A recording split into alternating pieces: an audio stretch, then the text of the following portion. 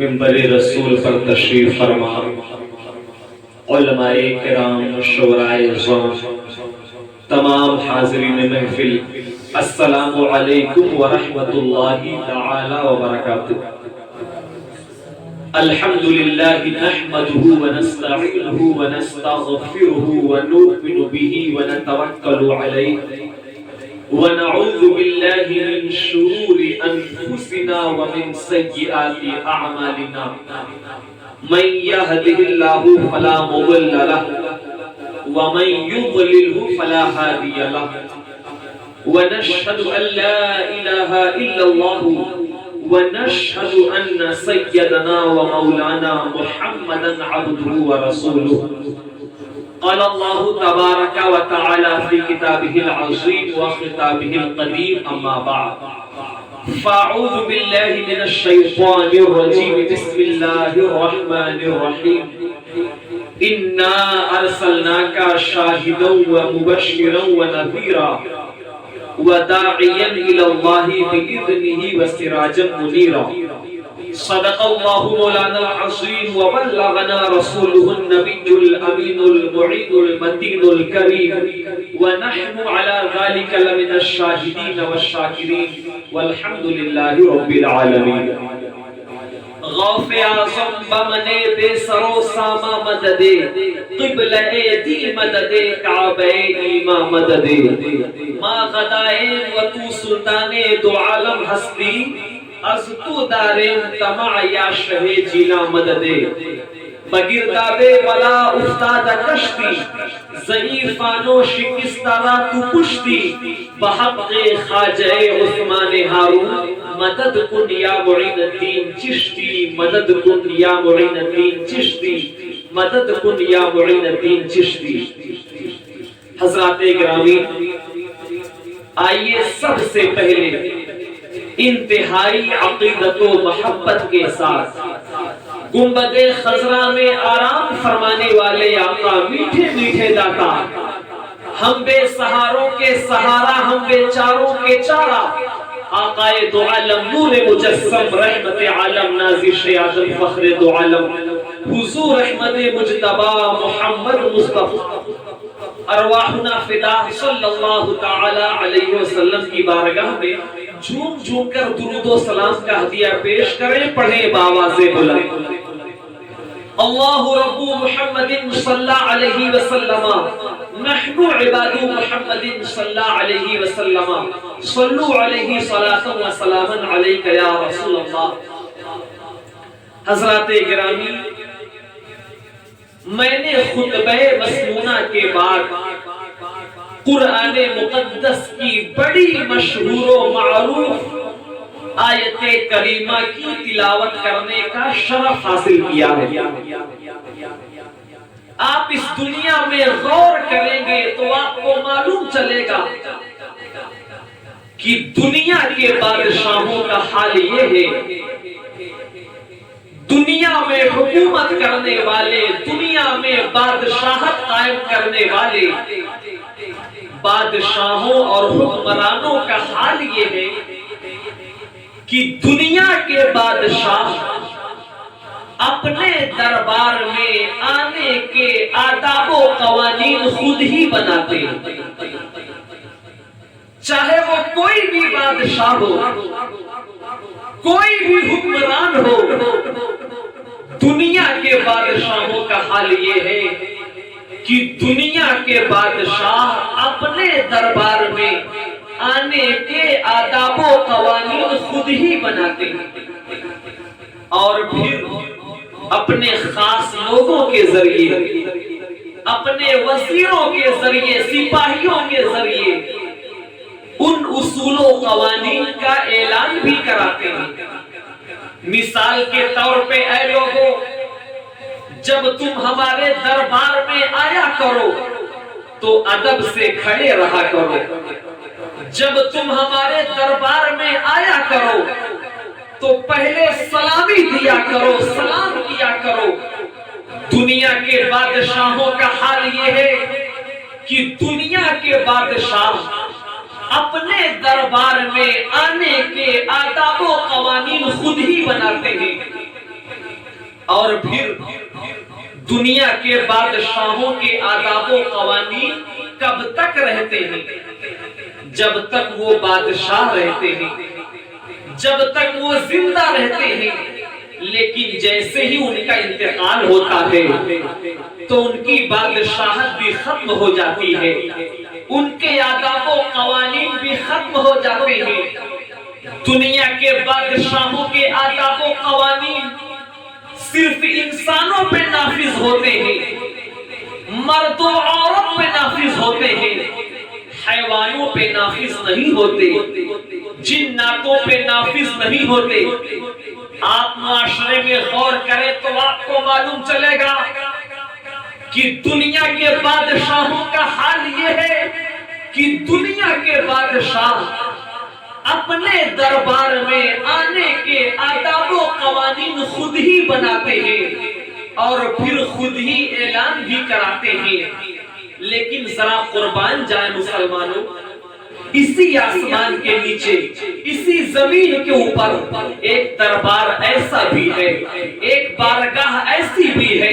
جس دربار کے آداب و قوانین کوئی دنیا دار نہیں بیان کر رہا ہے، خود پروردگار بیان کر رہا ہے، اللہ تبارک و تعالی بیان کر رہا ہے، ساری کائنات کو پیدا کرنے والا خالق و مالک بیان کر رہا ہے۔ اسی آسمان کے نیچے، اسی زمین کے اوپر ایک دربار ایسا بھی ہے جس دربار کے آداب و قوانین پروردگار عالم بیان کر رہا ہے، پروردگار عالم ہی بنا بھی رہا ہے، اپنی مقدس کتاب قرآن مجید میں بیان بھی کر رہا ہے۔ اللہ اکبر، ذرا قربان جانا، آپ کہیں گے وہ دربار کس کا دربار ہے، وہ بادشاہت کس کی بادشاہت ہے جس دربار کے آداب و قوانین اللہ تبارک و تعالی بیان کر رہا ہے، پروردگار عالم بیان کر رہا ہے۔ تو آئیے میں آپ کو بتاؤں مسلمانوں، وہ دربار کسی اور کا نہیں بلکہ وہ دربار آمنہ کے نور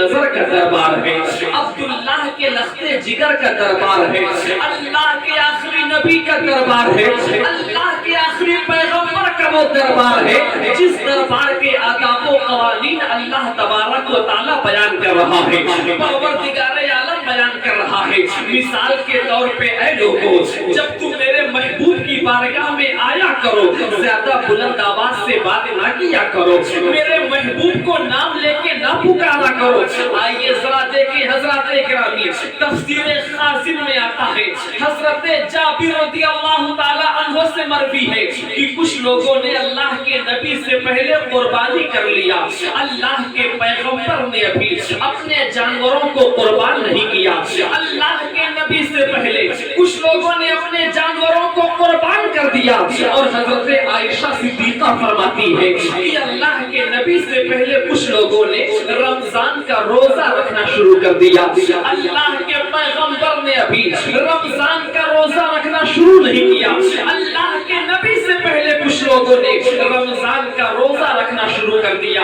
اللہ تبارک و تعالیٰ کو یہ گوارا نہیں ہوا، پروردگار عالم کو یہ گوارا نہیں ہوا کوئی میرے محبوب سے پہلے قربانی کرے، کوئی میرے محبوب سے پہلے روزہ رکھے، اللہ کو گوارا نہیں ہوتا ہے۔ قرآن مقدس میں آیت کریمہ نازل ہو جاتی ہے، اللہ ارشاد فرماتا ہے یا ایھا الذین آمنوا لا تقدموا بین